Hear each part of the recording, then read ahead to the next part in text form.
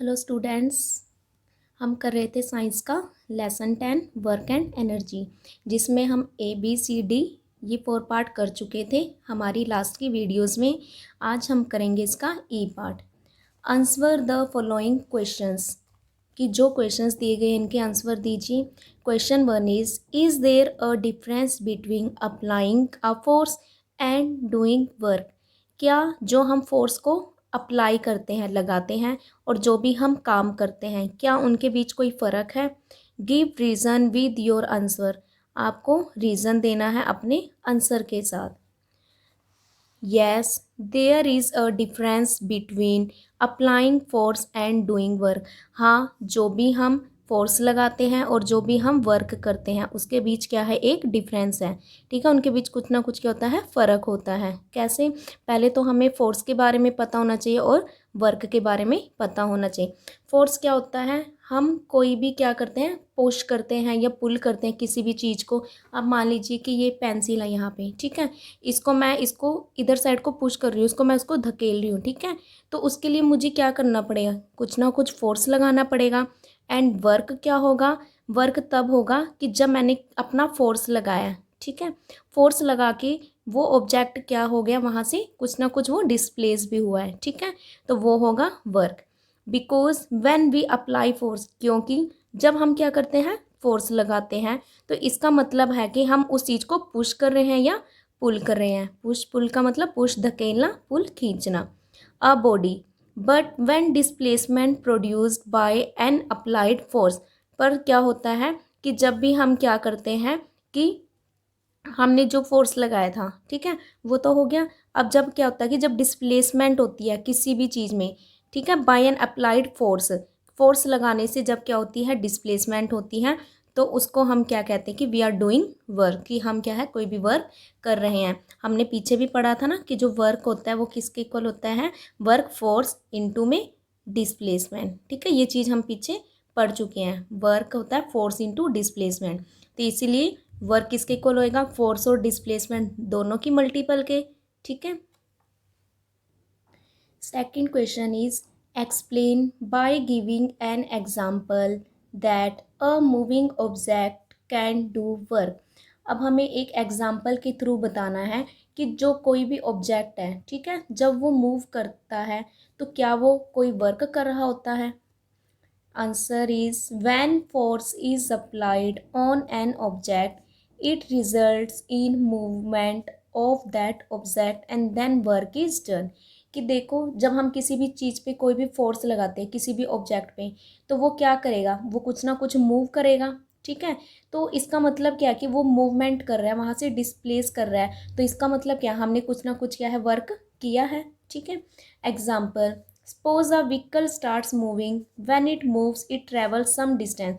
अब मान लीजिए कोई एक व्हीकल है, ठीक है, मान लीजिए कोई कार है, जब वो चलती है, ठीक है, कार है, जब वो चलना शुरू करती है तो वो क्या करती है, मूव कर रही है, चलेगी वो। इसका मतलब क्या, वो कुछ ना कुछ दूरी तक जाएगी, कुछ ना कुछ डिस्टेंस को ट्रैवल करेगी, और उस पर क्या होगा, फोर्स अप्लाई करेंगे हम। ठीक है, अब हमने इस पर फोर्स अप्लाई किया है और वो क्या है, कुछ ना कुछ डिस्टेंस ट्रैवल कर रहा है, इट मीन मूव कर रहा है। तो इसका मतलब क्या है कि जब हमने फोर्स लगाया है और वो कुछ ना कुछ डिस्टेंस ट्रैवल कर रहा है, तो क्या वर्क हो रहा है।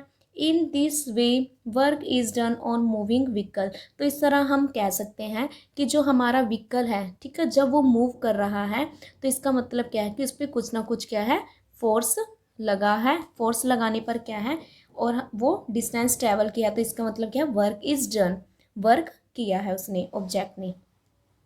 थर्ड है आपके पास, a porter keep standing at a place. एक पोर्टर है, ठीक है, वो खड़ा है किसी जगह पे, while holding a suitcase of mass 20 kg over his head for 5 minutes. वो 20 kg का वेट लेके अपने सिर पे खड़ा है, कब तक, 5 मिनट तक। Has he done some work, क्या उसने कोई काम किया है।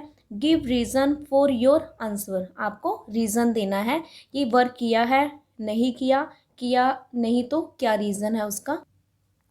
आंसर इज, अब देखिए, इन्होंने कहा कि जो वो पोर्टर था, ठीक है, जो कोली कहते हैं जिसे, जो सामान वगैरह उठाता है, अब उसने 20 kg के वेट को अपने सिर पे रखा हुआ है, ठीक है, पर वो वहाँ से डिस्प्लेस हुआ, कोई डिस्प्लेस तो नहीं हुआ वहाँ से, एक ही जगह पे खड़ा है। इसका मतलब क्या है, जब डिस्प्लेसमेंट नहीं हुई है, ठीक है, डिस्प्लेसमेंट नहीं हुई है ना, उसने इतना कुछ अपना फोर्स अप्लाई किया है, तो इसका मतलब क्या है कि वर्क डन भी नहीं होगा। आंसर है हमारा no, because work is only done when a force is applied. कि काम कब होगा, सिर्फ तब होगा जब हम कुछ ना कुछ फोर्स को अप्लाई कर रहे हैं, एंड डिस्प्लेसमेंट टेक्स प्लेस, और कुछ ना कुछ वो डिस्प्लेस होगा।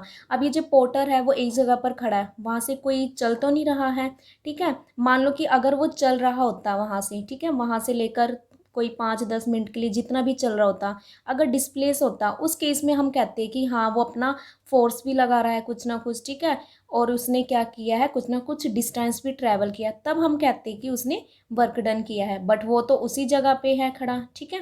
But in this a displacement doesn't take place. इस केस में देखो, उसने अपने सिर पे इतना वेट तो रखा हुआ 20 kg का, उसने इतना, ठीक है, पर उस वो डिस्प्लेस नहीं हुआ वहाँ से, तो इसलिए हम इस केस में क्या कहेंगे कि कोई भी वर्क डन नहीं हुआ है।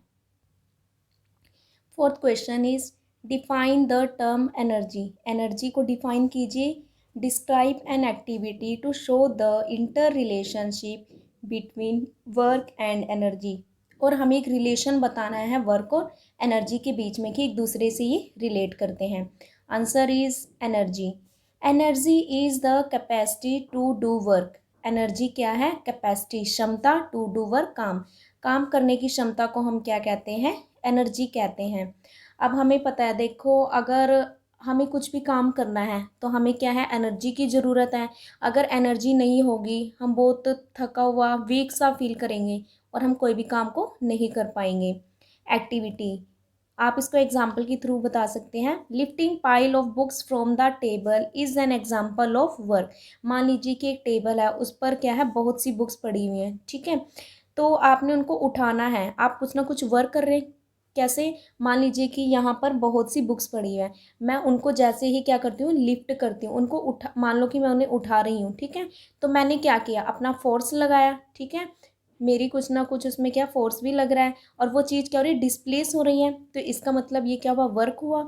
As we use energy to lift them up. और जैसे हम अपनी एनर्जी लगाते हैं उसको उठाने के लिए, the energy inside the body is transferred to the pile of books. अब हमारे पास अगर एनर्जी नहीं होगी तो हम कैसे उठा पाएंगे, तो वही है कि जो एनर्जी है हमारी बॉडी के अंदर, वो ट्रांसफ़र हो जाती है उन पाइल ऑफ बुक्स में, उनको उठाने में क्या है कि वो एनर्जी ट्रांसफ़र हो जाती है। इसलिए कहते हैं कि वर्क और एनर्जी एक दूसरे से रिलेट करते हैं। या हम ऐसे भी कह सकते हैं कि वर्क और एनर्जी एक दूसरे पे ही डिपेंड है, इंटर रिलेट हैं। क्यों, क्योंकि हम कोई भी वर्क तभी कर पाएंगे जब हम, हमारी बॉडी में क्या होगी, एनर्जी होगी, ठीक है। तो बिना एनर्जी के तो हम वर्क नहीं कर पाएंगे, इसलिए वर्क और एनर्जी दोनों एक दूसरे से रिलेट करते हैं। Question number 5, name a device which converts. अब हमें उन डिवाइस के नेम बताने हैं जो कन्वर्ट करते हैं। ए पार्ट है electrical energy into light energy, जो इलेक्ट्रिकल एनर्जी को लाइट एनर्जी में कन्वर्ट करे। अब हमें पता है कोई ऐसी चीज़ होनी चाहिए जो इलेक्ट्रिकल और हमें फिर light they.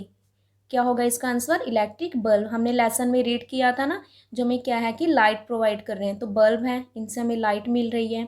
Second is sound energy into electrical energy, जो साउंड एनर्जी होगी, ठीक है, साउंड आती है, और क्या है वो इलेक्ट्रिकल एनर्जी की फॉर्म में कन्वर्ट करें तो वो है माइक्रोफोन।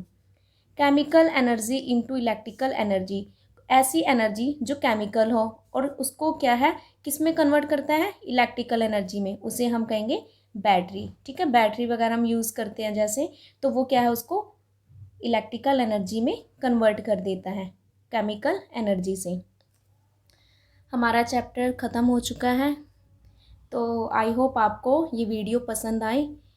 आप इसके जितने भी पार्ट्स हैं उनको भी अच्छे से देखें। फर्स्ट ऑफ ऑल यही कहूँगी कि आप चैप्टर को अच्छे से देखें, उसको रीड करें, वीडियो को देखें, क्योंकि जब आपको चैप्टर क्लियर हो जाएगा तो आप कोई भी आंसर हो, इंटरनल आ जाए चाहे, तो आप उसको ईजिली कर सकते हैं। अब हम मिलेंगे हमारी नेक्स्ट वीडियो में। Okay, thanks.